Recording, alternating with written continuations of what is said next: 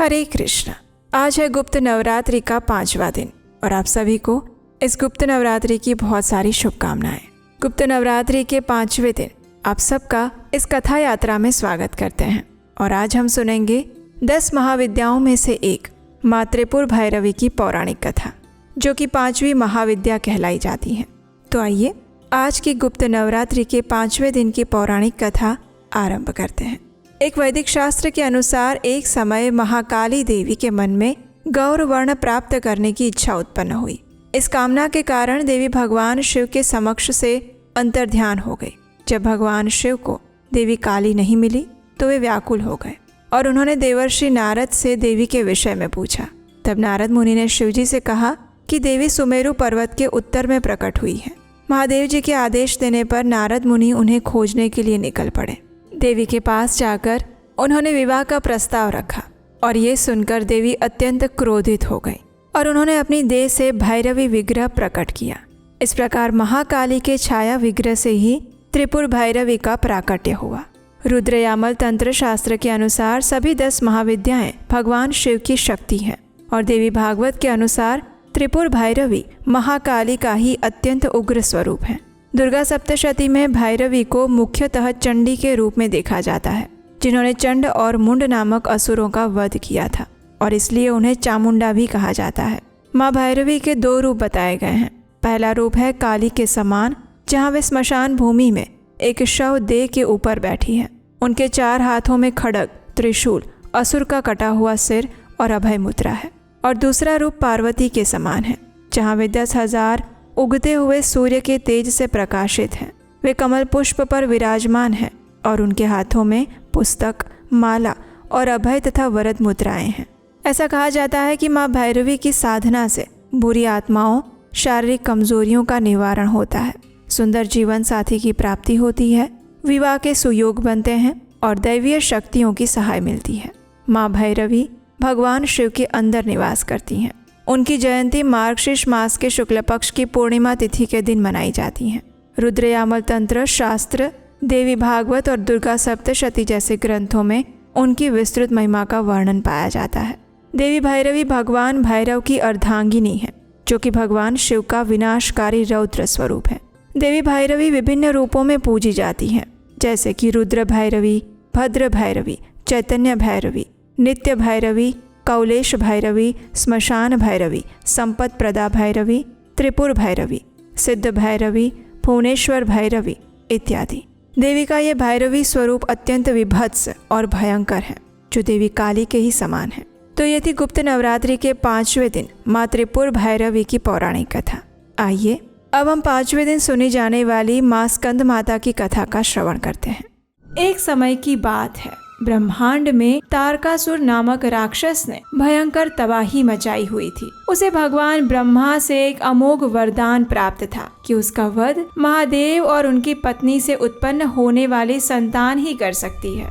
तारकासुर इस बात से भली भांति परिचित था कि महादेव तो योगी और तपस्वी है, इसलिए वे कभी भी विवाह नहीं करेंगे, तो उनकी संतान उत्पन्न होने का तो प्रश्न ही नहीं उठता। इसलिए अपनी शक्ति के मिथ्या अहंकार में आकर तारकासुर ने सभी देवी देवताओं को परास्त करके स्वर्ग पर अतिक्रमण कर लिया। जब देवी सती ने भगवान शिव से विवाह किया तो देवताओं को ये उम्मीद बंधी कि अब उनकी संतान से तारकासुर का समूल विनाश हो जाएगा। लेकिन जैसे कि हम सब जानते हैं, देवी सती ने अपने पिता दक्ष के यज्ञ में अपने प्राण त्याग दिए और फिर एक बार सभी देवता निराश हो गए। लेकिन भगवान की ये दिव्य और अनोखी लीला अभी समाप्त नहीं हुई थी। देवी सती ने फिर एक बार जन्म लिया और इस बार पर्वतराज हिमालय और उनकी पत्नी देवी मैना के घर में, जहाँ उनका नाम पार्वती रखा गया। विवाह के योग्य हो जाने पर देवर्षि नारद ने देवी पार्वती से भगवान शिव को प्रसन्न करने के लिए तपस्या करने का अनुरोध किया, ताकि संपूर्ण ब्रह्मांड पर आई इस विपदा का कोई समाधान निकल सके। लगभग 3000 वर्षों की दुष्कर तपस्या के पश्चात महादेव प्रसन्न हुए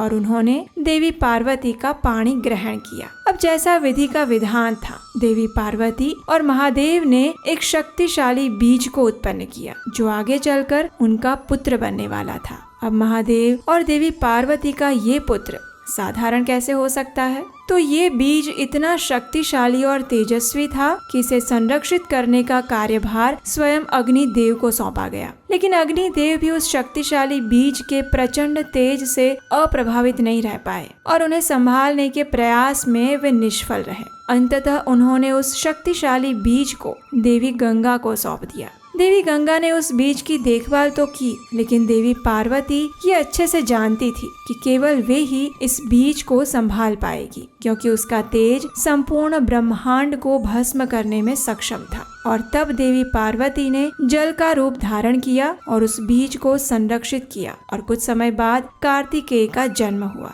देवी पार्वती का ये रूप, जिसमें वे अपने पुत्र कार्तिकेय का पालन पोषण करती है, इसे ही देवी स्कंद माता के नाम से जाना जाता है। जब कार्तिकेय का जन्म हुआ तो उनके 6 मुख थे। ऐसा कहा जाता है कि कुछ समय के लिए इस बालक की देखभाल 6 ऋषि पत्नियों ने की थी, जिन्हें कृतिका के नाम से जाना जाता था। अपनी इन 6 माताओं के नाम से ही इस बालक का नाम कार्तिकेय पड़ा। कार्तिकेय का जन्म जैसे देवताओं के लिए उम्मीद की एक नई किरण साबित हुआ। जब कार्तिकेय बड़े हुए और सब प्रकार की विद्याओं में निपुण हो गए तो देवताओं ने उन्हें अपना सेनापति बनाया। उन्होंने कार्तिकेय को अपने अस्त्र शस्त्र प्रदान करके हर प्रकार से शक्तिशाली बना दिया और इसके बाद कार्तिकेय ने तारकासुर के विरुद्ध धावा बोल दिया और उसका विनाश करके संपूर्ण ब्रह्मांड को उसके आतंक से मुक्ति दिलाई। चलिए अब हम कार्तिकेय जी के बारे में आपको एक रोचक जानकारी देते हैं। एक बार क्या हुआ कि जब वे ब्रह्मा जी से विद्या प्राप्त करने गए थे तो उन्होंने ब्रह्मा जी से ओम शब्द का अर्थ पूछा। तब ब्रह्मा जी ने 12,000 श्लोकों की सहायता से कार्तिकेय को ओम का अर्थ समझाया, लेकिन वे उनके उत्तर से इतने संतुष्ट नहीं हुए। उसके बाद कार्तिकेय ने अपने पिता भगवान शिव से ओम का अर्थ पूछा तो भगवान शिव ने 12 लाख श्लोकों की सहायता से अपने पुत्र को ओम का गहरा अर्थ समझाने का प्रयास किया। जब कार्तिकेय को ओम का अर्थ समझ में आ गया तो उसके बाद उन्होंने स्वयं अपनी ओम की व्याख्या की। और जानते हैं कितने श्लोकों में? तो कार्तिकेय ने ओम की इस व्याख्या 12 करोड़ श्लोकों में की थी। उनकी इस बुद्धिमत्ता और तेजस्विता के ऊपर प्रश्न उठाने का कोई प्रश्न ही नहीं उठता, क्योंकि वे स्वयं देवी पार्वती और भगवान शिव के पुत्र जो हैं। देवी स्कंद माता की 4 भुजाएं हैं, जिसमें से एक भुजा में वे कार्तिकेय को शिशु रूप में धारण करती हैं और 2 भुजाओं में वे कमल का पुष्प धारण करती हैं। उनका चौथा हाथ वर मुद्रा में है। उनका स्वरूप अत्यंत सौम्य और ममतामयी है। नवरात्रि के 5वें दिन आप देवी स्कंद माता के इस श्लोक का उच्चारण कर सकते हैं। सिंहासनागता नित्यं पद्माश्रितकरद्वया शुभदास्तु सदा देवी स्कंद माता यशस्विनी। देवी स्कंद माता को पीला रंग विशेष रूप से प्रिय है, इसलिए इस दिन पीले अथवा सुनहरे रंग के वस्त्र धारण करने चाहिए। प्रातः काल में जल्दी उठकर स्नान इत्यादि से शुद्ध होकर गंगा जल से पूजा के स्थान को शुद्ध करना चाहिए। उसके पश्चात लकड़ी की चौकी पर पीला कपड़ा बिछाकर उस पर माता का विग्रह अथवा चित्र रख सकते हैं। विग्रह है तो उसे शुद्ध जल और पंचामृत से स्नान करवाना चाहिए। उसके पश्चात उन्हें पीले वस्त्र अर्पण करने चाहिए और पीले रंग के पुष्पों से उनका श्रृंगार करना चाहिए। भोग के लिए उन्हें पीले रंग के फल या फिर मिठाई अर्पित करनी चाहिए। माता को धनुष बाण अर्पण करना भी शुभ माना गया है। शायद आपको ये जानकर आश्चर्य होगा कि देवी स्कंद माता को समर्पित केवल 2 ही मंदिर हमारे भारत देश में हैं। एक है वाराणसी में और एक है विदिशा में। मध्य प्रदेश के विदिशा में पुराने बस स्टैंड के पास सांकल कुआं के पास माँ दुर्गा का विशाल मंदिर उपस्थित है। इस मंदिर की साल 1998 में स्थापना की गई थी। यहाँ पर माँ दुर्गा के स्कंद स्वरूप की पूजा अर्चना की जाती है। वहीं दूसरी ओर वाराणसी के जगतपुरा क्षेत्र के बागेश्वरी देवी मंदिर परिसर में माँ दुर्गा के 5वें स्वरूप यानी स्कंद माता का मंदिर स्थित है। इन दोनों ही मंदिरों में नवरात्रि के 5वें दिन श्रद्धालुओं की भारी भीड़ लग जाती है। इस दिन माता की भव्य आरती और श्रृंगार किया जाता है। ऐसा कहा जाता है कि देवी स्कंद माता के दर्शन मात्र से श्रद्धालुओं के सभी पाप नष्ट हो जाते हैं।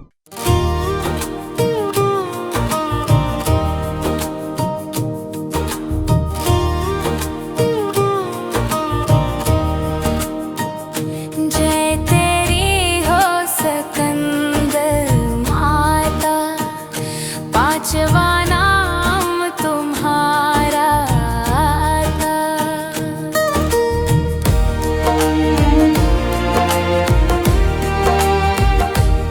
सबके मन की जाननहारी,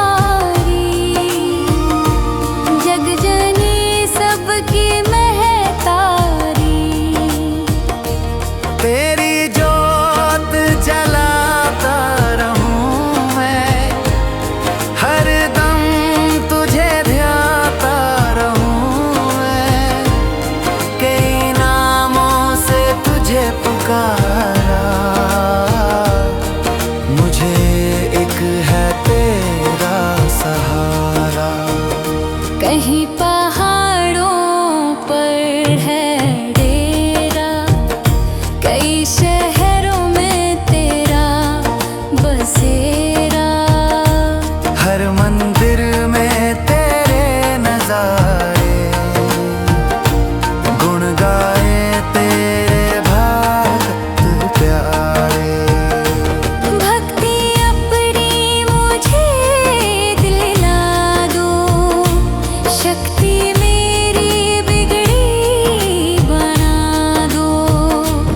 इंद्र आदि देवता मिल सारे, करे पुकार तुम्हारे द्वारे।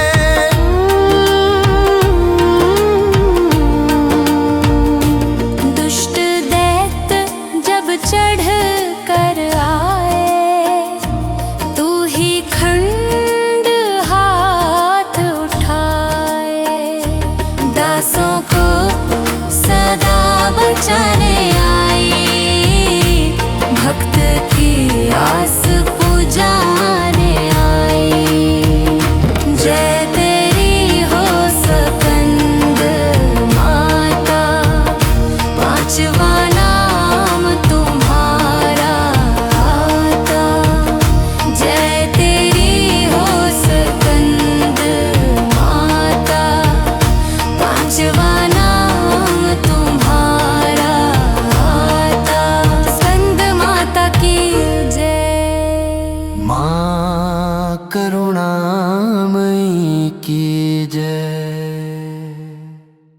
तो ये थी नवरात्रि के उपलक्ष्य में देवी स्कंद माता की पौराणिक कथा। ये कथा आपको कैसी लगी ये हमें नीचे कमेंट करके जरूर बताइएगा। और अगर अभी तक आपने चैनल सब्सक्राइब नहीं किया है तो क्या सोच रहे हैं, जल्दी से इस चैनल को सब्सक्राइब करिए, नोटिफिकेशन ऑन करिए ताकि आने वाली नवरात्रि कथाएं भी आपको सरलता से मिल जाए। वेदों और पुराणों में से निकाली हुई प्रमाणभूत इन पौराणिक कथाओं को सुनना अगर आपको अच्छा लगता है और अगर इस कार्य में आप हमारा सहयोग देना चाहते हैं तो स्क्रीन पर दिए गए नंबर पर अपना आर्थिक योगदान भेज सकते हैं। तो चलिए, नवरात्रि के आज 5वें दिन देवी स्कंद माता से हम यही प्रार्थना करते हैं कि वे अपनी ममतामयी दृष्टि हमारे ऊपर भी करें और हमें परम भगवान श्री कृष्ण की शुद्ध प्रेमा भक्ति प्रदान करें। हरे कृष्णा।